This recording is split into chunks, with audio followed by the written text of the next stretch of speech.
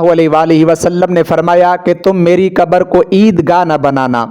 और आपने फरमाया कि अल्लाह की लानत हो यहूद व नसारा के ऊपर कि उन्होंने अपने अपने अंबिया के कबूर को ईदगाह बनाया और सजदागाह बनाया, यानी वो बाकायदा उनके कबूर को सजदा करते थे और वहाँ पर मेले वगैरह लगाया करते थे। ईद का मतलब ये है कि वहाँ पर मेला लगाना, वहाँ शुगुल करना,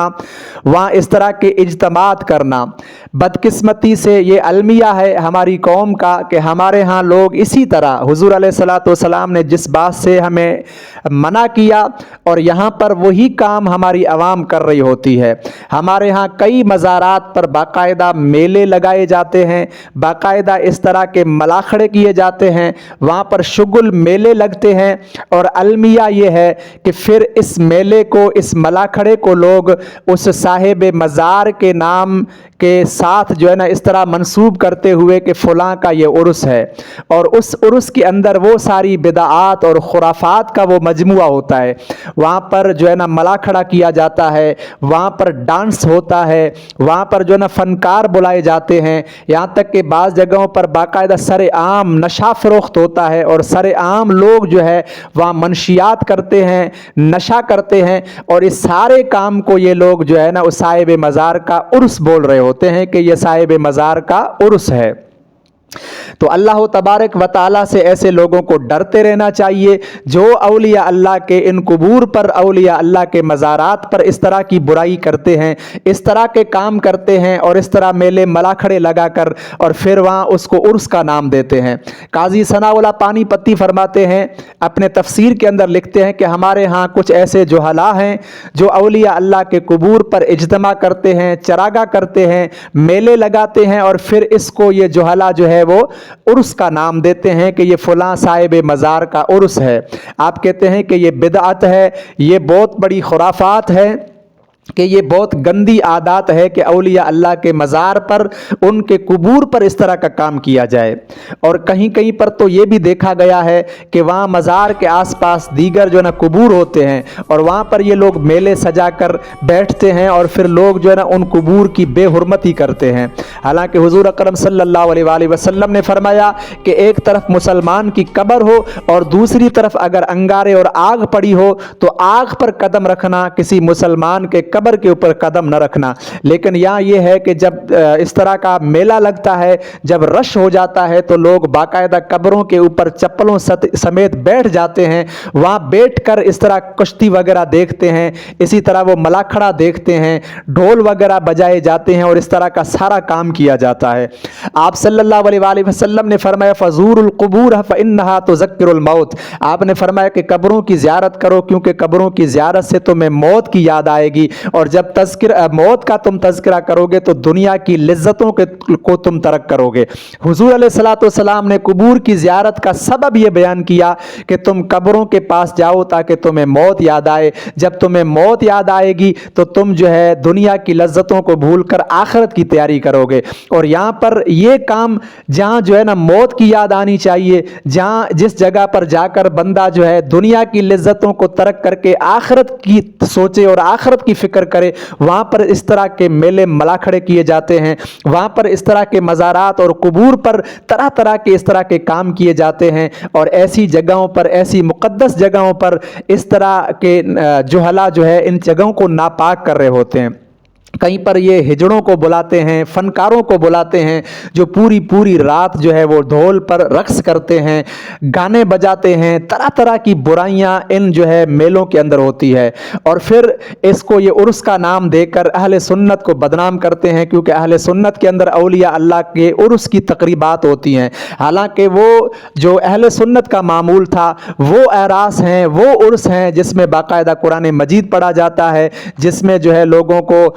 ताम खिलाया जाता है, जिसमें दीनी महाफिल की जाती हैं। लेकिन बदकिस्मती से इन मेले मलाखड़ों का नाम लोगों ने उर्स रखकर फिर अहले सुन्नत को बदनाम करने की कोशिश की कि मुनकरीन कहते हैं कि देखो अहले सुन्नत, पाकिस्तान के सुन्नियों का ये काम है कि वो जो है ना मज़ारात पर इस तरह के मेले मलाखड़ों को वो उर्स कह रहे होते हैं। हालांकि इन लोगों का अहले सुन्नत से कोई ताल्लुक़ नहीं है। हाँ, एक बात ज़रूर है कि हमारे उलमा को चाहिए कि खुलकर इस काम की मुखालफत करें, البتہ ایسے علماء ہیں جو اس بارے میں حق بیانی کرتے ہیں، لیکن سارے لوگ اس کام کو برا نہیں کہتے، ہر جگہ پر اس حوالے سے جو ہے نا بات نہیں کرتے۔ یہی وجہ ہے کہ ایسی جگہوں پر باقاعدہ میلے ملاکھڑے کیے جاتے ہیں، اور کہیں کہیں پر اس طرح بھی ہوتا ہے کہ 3 دن کا میلہ ہوتا ہے، ان میں ایک دن جو ہے، ایک رات جو ہے وہ دینی محفل کرتے ہیں، اور اس میں باقاعدہ علماء کو، واعظ، خطیب کو، نعت خواں کو بلاتے ہیں، اور پھر وہ واعظ بھی ایسا ہے کہ وہاں پر اس کو پتہ بھی ہے کہ یہاں پر میلہ ملاکھڑا بھی ہے، تھوڑی دیر کے لیے انہوں نے صرف دینی محفل کی ہے، اور وہ مجال ہے کہ وہاں پر یہ کلمہ حق بلند کرے۔ اور یہ لوگ کیا کرتے ہیں، لوگوں کو دھوکہ دینے کے لیے کہ لوگ اعتراض کریں گے، علماء اس بارے میں کچھ کہیں گے، اس لیے ایک مختصر جو ہے نا 2-3 گھنٹے کی ایک محفل رکھتے ہیں، باقی پورا اسی طرح میلہ ملاکھڑا چلتا رہتا ہے۔ تو اہل سنت سے یہ گزارش ہے کہ ان لوگوں کا بائیکاٹ کریں۔ اگر اس جگہ پر آپ کو دینی محفل کے لیے بلایا جاتا ہے، یا تو آپ بائیکاٹ کریں، یا وہاں جا کر کھل کر آپ لوگ کلمہ حق کو بلند کریں، کیونکہ حضور اکرم صلی اللہ علیہ وآلہ وسلم کا فرمان ہے کہ جب تم برائی کو دیکھو تو ہاتھ سے روکو، اگر ہاتھ سے نہیں روک سکتے تو پھر زبان سے کہو، اگر زبان سے بھی نہیں کہتے تو دل میں برا سمجھو، اور یہ دل میں برا سمجھنا کمزور ایمان کی علامت ہے۔ تو کم از کم ہاتھ سے نہیں روک سکتے تو زبان سے تو برا کہہ سکتے ہیں نا۔ اس برائی کے بارے میں بلا شک ہو سکتا ہے، ایک ادنا مسلمان جس کے دل میں تھوڑا بھی ایمان ہے اور دین کے بارے میں، دین کے مزاج کو تھوڑا بھی جانتا ہے، وہ یقیناً اس برائی کو برا ہی سمجھتا ہوگا۔ تو اسی لیے اہل سنت کے علماء سے یہ گزارش ہے کہ وہ ان برے کاموں کی کھل کر مخالفت کریں، اور ہم جو ہے انتظامیہ سے، اپنی حکومت سے بھی کہتے ہیں کہ اس طرح کے جو مزارات ہیں، جو قبرستان ہیں، ان میں اس طرح کے میلے ملاکھڑے کرنے کی لوگوں کو اجازت نہ دیں۔ اگر یہ میلے ملاکھڑے کرنے ہی ہیں، چلو غلط کام ہے، لیکن اس کو اولیاء اللہ کے مزار اور قبرستان میں تو نہ کریں۔ آپ ثقافتی طور پر کسی اور جگہ پر ایک ثقافتی میلہ رکھیں جس میں اس طرح کا شغل تھوڑا بہت ہو، جو جائز حد تک ہے آپ کریں، کسی اور جگہ پر کریں، لیکن اس کو عرس کا نام دینا، پھر سالانہ اس صاحب مزار کے عرس کے نام سے چندہ اکٹھا کر کے یہ کام کرنا، اور پھر وہ جو مجاور ہیں، جو خلیفہ بنے بیٹھے ہیں، وہ صرف پیسہ جمع کرنے کے لیے یہ سارا کام کرتے ہیں۔